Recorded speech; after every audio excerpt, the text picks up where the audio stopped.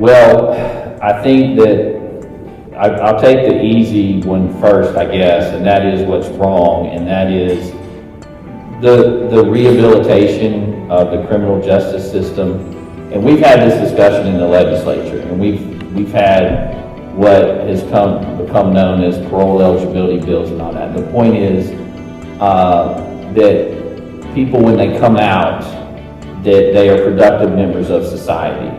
And what we have seen is that's for various reasons, but also one of the main reasons is because they've been in the system, they're not, and they're not getting what and honestly, what we probably as a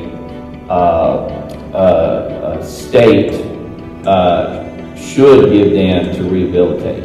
So what have we done right? Drug court. I will tell you, when I first got into the DA's office, either drug court was brand new or we didn't have it, I can't remember. But I know when I first started, it's not what it was. That has been the best thing that we have done.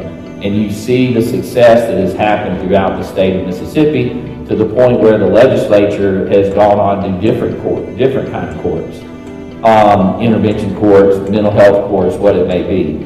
Because, and here's the thing about drug courts, is you get them in and treat the problem, but you also use the carrot and the stick approach, and then they don't end up in the system. And this is where I started. Once you end up in the system, I don't care who you are, you're changed. That's it. And so the best way to prevent that is to keep them from going in the system in the first place.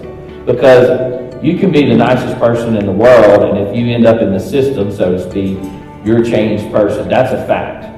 And I've toured Parchman, I've been at the jails, I've represented people, you're changed. So we ought to keep them from coming into the system as best we can. And this goes to your other question, or back to the question about what have we done wrong. We do not provide enough tools for prosecutors, judges, in the system, and the people in the system to keep people from going into the system.